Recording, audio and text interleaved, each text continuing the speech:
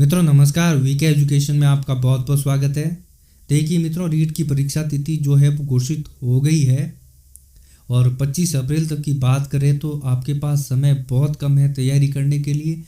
लेकिन यदि आप एक अच्छी रणनीति बना करके, एक प्लानिंग बना करके अच्छे तरीके से यदि अध्ययन करते हैं तो ये समय आपके लिए पर्याप्त है।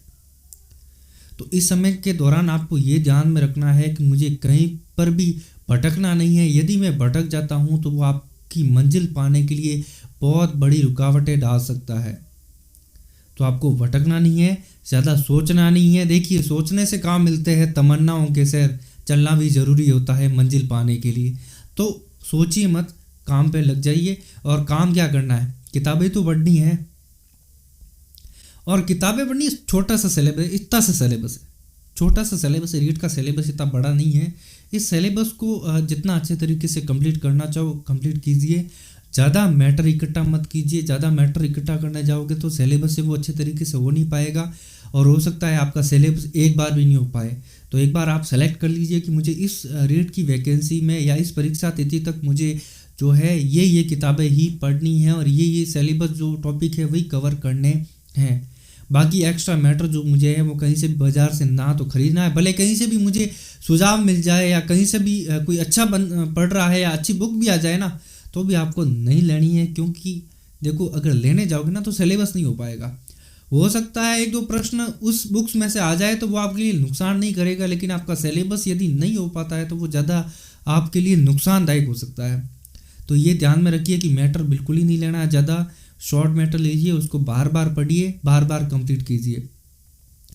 अब जैसे ही देखो वैकेंसी आई है तो ज़्यादातर ये तो सोच रहे हैं कि देखो क्या करें, क्या पढ़ें, मतलब सब सोचने में लग गए हैं। लेकिन कुछ बंदे ऐसे भी हैं जो गंभीर है और वो क्या कर रहे हैं, सिर्फ तैयारी कर रहे हैं, कुछ नहीं सोच रहे हैं, सिर्फ तैयारी कर रहे हैं। उनको पता है मुझे पढ़ना क्या है। आपको खुद को पता चल जाएगा जब आप किताबें उठाओगे और आपको पता चल जाएगा कि मुझे कौन कौन सी किताबें पढ़नी है और कौन कौन सी किताबों में जो मैटर है वो बहुत अच्छा दे रखा है। तो सोचना बंद कीजिए, किताबें लाइए, ठीक है ना, उनको पढ़ना शुरू करिए और ज़्यादा से ज़्यादा जो है सिलेबस रिवीजन हो पाए ऐसा जो आपकी जो पढ़ने की तेज़ी है वो रखिए। आपको थोड़ा सा तेज़ भी पढ़ना पड़ेगा, लेकिन तेज़ पढ़ने का मतलब ये नहीं है कि आप फटाफट से पढ़ते जा रहे हो, समझ में नहीं आ रही है सारी चीज़ें, समझ कर के पढ़िए। हो सकता है थोड़ा सा समय ज़्यादा लग जाए, लेकिन ये मत सोचिए कि मुझे सिलेबस 4 बार कंप्लीट करना है, 5 बार कंप्लीट करना है, क्योंकि वो सोचने जाओगे, मैंने कहा सोचना बहुत कम है, काम करना है। सिलेबस अपने आप 4 बार 5 बार हो जाएगा, ठीक है ना। तो सोचना कम कीजिए। अब देखो, लेवल 2 की बात करूँ या लेवल 1 की बात करूँ तो लेवल 2 में 4 पार्ट है, मनोविज्ञान, पासा फर्स्ट, पासा सेकंड और आपका सब्जेक्ट। 30-30 नंबर के पहले 3 पार्ट है और जो अंतिम पार्ट है वो 60 नंबर का है। अपना एक टारगेट सेट कर दीजिए कि मुझे इस रीट परीक्षा में मुझे इतने नंबर तो लाने ही लाने हैं कैसे भी करके, और टारगेट जो है 5 नंबर ज़्यादा रखिए। आप जो टारगेट सेट करोगे उस टारगेट से आपके नंबर कम आ सकते हैं, इसलिए आप क्या करिए, 5 नंबर ज़्यादा रखिए।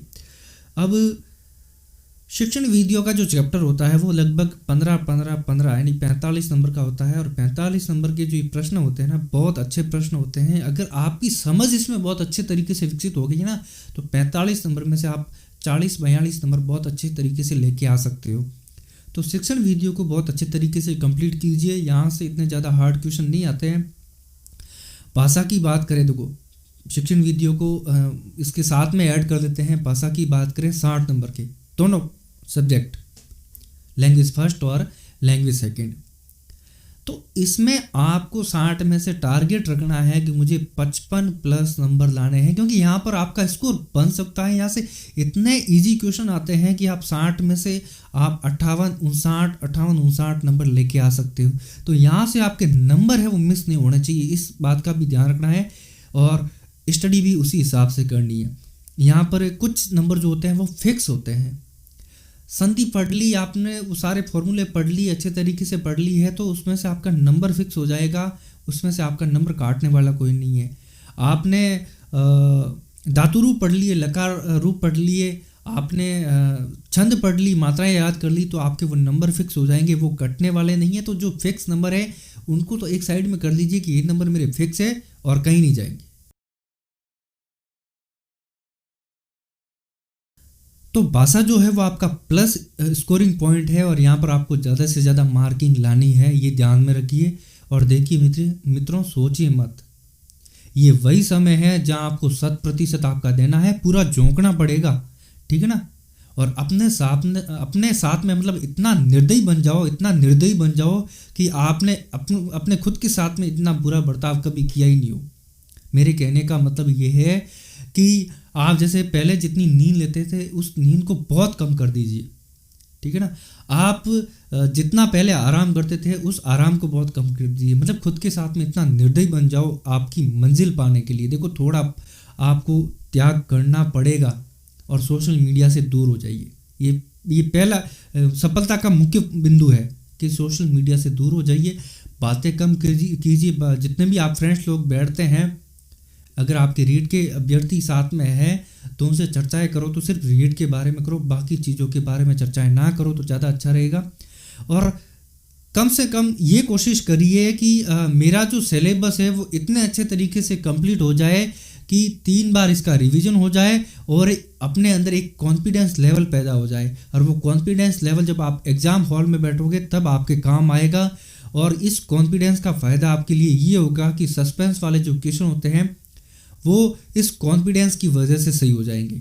तो ये चीज़ आपको ध्यान में रखनी है। सिलेबस कंप्लीट होगा तो ही आपका अब कुछ अभ्यर्थी ऐसे हैं जो कई समय से तैयारी करने में लगे हुए हैं और उनका सिलेक्शन नहीं हो पा रहा है। थोड़े वो नर्वस होते हैं कि यार बहुत समय से तैयारी कर रहे हैं और कुछ हो नहीं पा रहा है। देखिए उनके लिए एक बात कहना चाहूँगा कि मुश्किल नहीं इस दुनिया में फिर भी लोगों के इरादे टूट जाते हैं।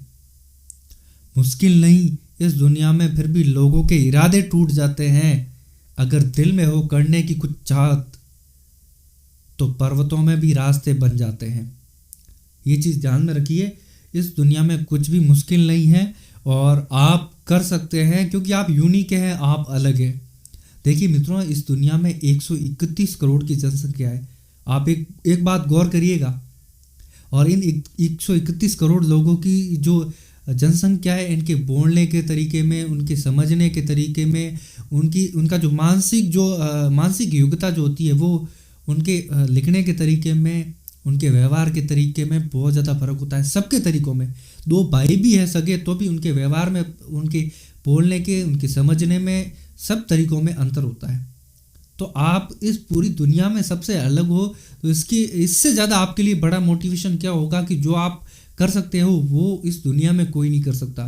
तो आप जो पुस्तक पढ़ रहे हैं ना, और जैसे आप समझ रहे हो वैसा जितने भी 10 लाख 11 लाख कैंडिडेट तैयारी कर रहे हैं वैसा कोई नहीं समझ रहा है। आपके समझने का तरीका अलग है और हो सकता है वही तरीका आपको सिलेक्शन दिलवाएगा। ये बात आपको ध्यान में रखनी है। आप यूनिक है, अलग है और आप कर सकते हैं। अब बात कर देते हैं पुस्तकों के बारे में। देखो पुस्तकें भी ज़रूरी है, लेकिन समय और परिस्थितियों के अनुसार पुस्तकें भी बदलती रहती है।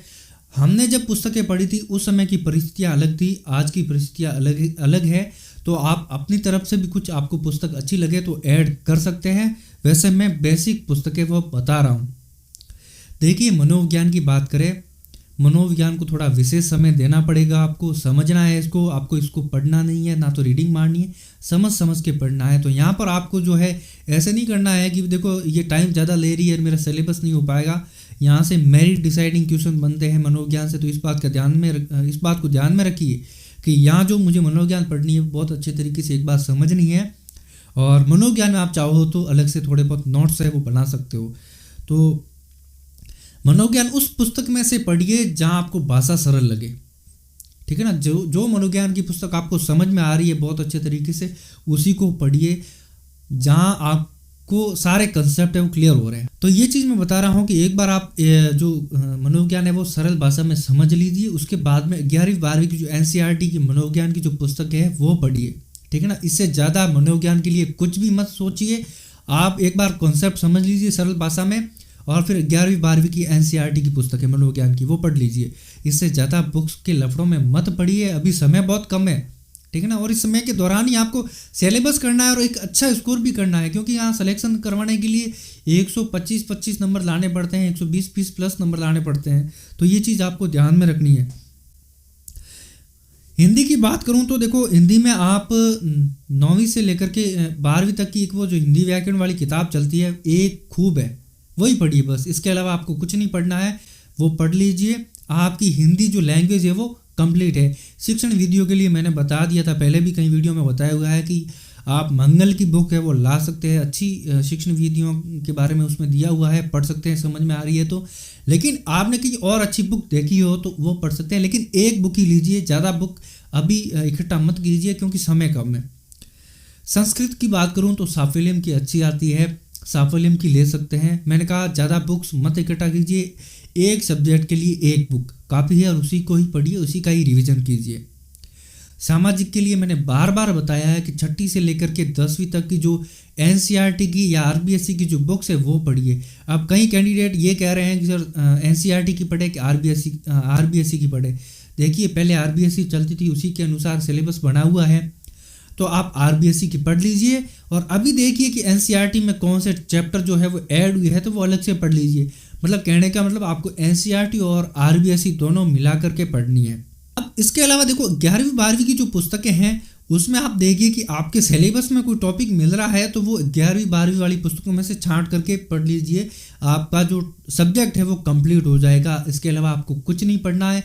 लेकिन आप चाह रहे हो कि मुझे रिवीजन कहीं और से करना है तो एक अच्छी गाइड ले लीजिए कोई सी भी और उसमें रिवीजन कर दीजिए, क्योंकि वहाँ पर आपको शिक्षण विद्या भी मिल जाती है। लेकिन मैंने बताया है कि शिक्षण वीडियो के लिए आप मंगल पढ़ सकते हैं, बहुत अच्छी बुक आती है। अंग्रेजी की बात करूं, कई सजेशन आते हैं अंग्रेजी के, तो अंग्रेजी के लिए ल्यूसेंट की जो बुक आती है ऑथेंटिक बुक भी है और वो पढ़ लीजिए। बेसिक्स नॉलेज पूछा जाता है लैंग्वेज में।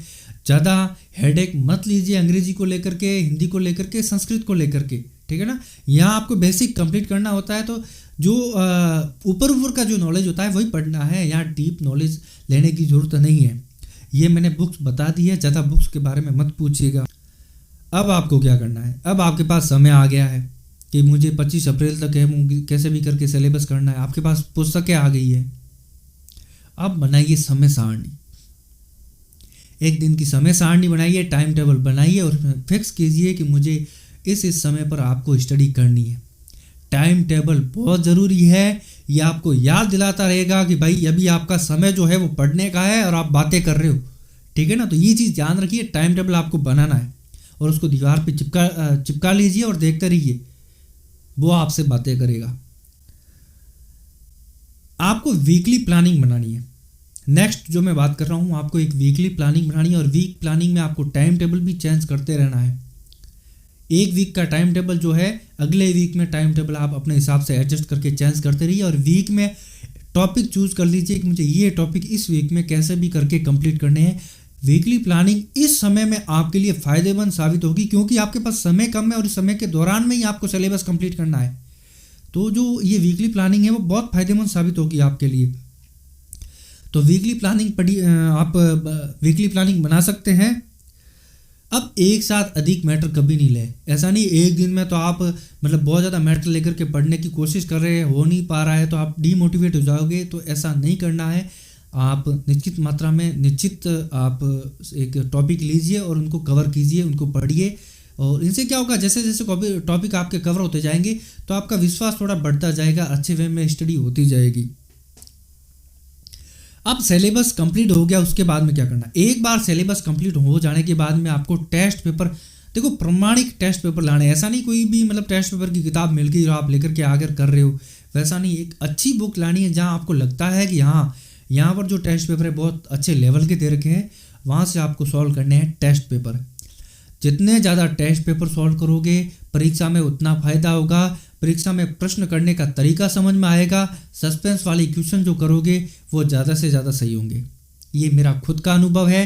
टेस्ट पेपर जितने ज़्यादा सॉल्व करोगे उतना ज़्यादा फायदा है। कितनी भी तैयारी कर लो, कितनी भी आपने कितनी बार भी रिवीजन मार लिया, लेकिन आपने टेस्ट पेपर सॉल्व नहीं किए हैं तो आप परीक्षा हॉल में आप मात खा सकते हैं। ये मेरा खुद का अनुभव है। टेस्ट पेपर आपके लिए फ़ायदेमंद साबित हो सकते हैं। तो टेस्ट पेपर लाइए, सॉल्व कीजिए। अब टेस्ट पेपर सॉल्व करने के बाद में देखिए कि यहाँ टेस्ट पेपर जो मैंने एक टेस्ट पेपर दिया है, यहाँ पर मेरे जो नंबर कटे वो कहाँ कटे। तो जो टॉपिक मतलब आपके वीक रह रहे हैं, कमज़ोर रह रहे हैं, उन टॉपिक का आपको रिवीजन करना है, ठीक है ना। रिवीजन करते समय ये ध्यान में रखना है कि जो टॉपिक आपके वीक रह रहे हैं वहाँ आपको बहुत अच्छे तरीके से स्टडी करनी है, उन टॉपिक को थोड़े अच्छे तरीके से समझना है, क्योंकि अगला जब टेस्ट पेपर देने जाओगे तो आपको थोड़े से प्लस नंबर लाने। ऐसा नहीं है कि इस टेस्ट पेपर में आपके जो नंबर है वो 90 आए और अगले टेस्ट पेपर में आपके 80 आ जाए, ऐसा नहीं करना है। थोड़ा प्लस करने की कोशिश करिए और एक लेवल है नहीं, जब आपका एग्ज़ाम आएगा और उससे पहले जो आपका जो लास्ट टेस्ट पेपर सॉल्व करोगे उस टेस्ट पेपर में आपके 120-25 नंबर आएंगे। ये मेरा सुझाव है कि आप ऐसा करोगे तो आपके आएंगे, ठीक है ना। और वो आपको एक कॉन्फिडेंस देंगे कि चलो मेरे 120-25 नंबर जो है वो टेस्ट पेपर में आ रहे हैं तो मैं मतलब परीक्षा हॉल में भी ला सकता हूँ, ठीक है ना। तो टेस्ट पेपर ज़्यादा से ज़्यादा सॉल्व करिए। अंत में एक ही बात कहूँगा जो लंबे समय से तैयारी कर रहे हैं उनके लिए, कि वक्त लगता है पानी को बर्फ बनने में, वक्त लगता है ढले हुए सूरज को फिर से निकलने में। धीरज रख, थोड़ा और जोर लगा, धीरज रख, थोड़ा और जोर लगा। वक्त लगता है जंग लगा किस्मत का दरवाज़ा खुलने में, वक्त लगता है जंग लगा किस्मत का दरवाज़ा खुलने में। अगर थक गया है तो थोड़ा रुक जा, अगर थक गया है तो थोड़ा रुक जा। वक्त लगता है ठोकर खाकर खुद को संभलने में। वक्त लगेगा थोड़ा मगर बिखरेगी वही चमक तेरे वजूद से। वक्त लगेगा थोड़ा मगर बिखरेगी वही चमक तेरे वजूद से। वक्त लगता है टूटे हुए मन को संवरने में, वक्त लगता है टूटे हुए मन को संवरने में। तूने जो कहा है वो तू करके दिखाएगा एक दिन, तूने जो कहा है वो तू करके दिखाएगा एक दिन। वक्त लगता है गरजते हुए बादलों को बरसने में, वक्त लगता है ढले हुए सूरज को फिर से निकलने में। वक्त लगता है जंग लगा किस्मत का दरवाज़ा खुलने में, वक्त लगता है गरजते हुए बादलों को बरसने में। वक्त लगता है टूटे हुए मन को संवरने में, वक्त लगता है ठोकर खाकर फिर से संभलने में। वक्त लगता है गरजते हुए बादलों को बरसने में। बहुत बहुत धन्यवाद, बहुत बहुत शुभकामनाएं, अग्रिम शुभकामनाएं कि आप बहुत अच्छी तैयारी करें और आपका इस भर्ती में सिलेक्शन हो। धन्यवाद।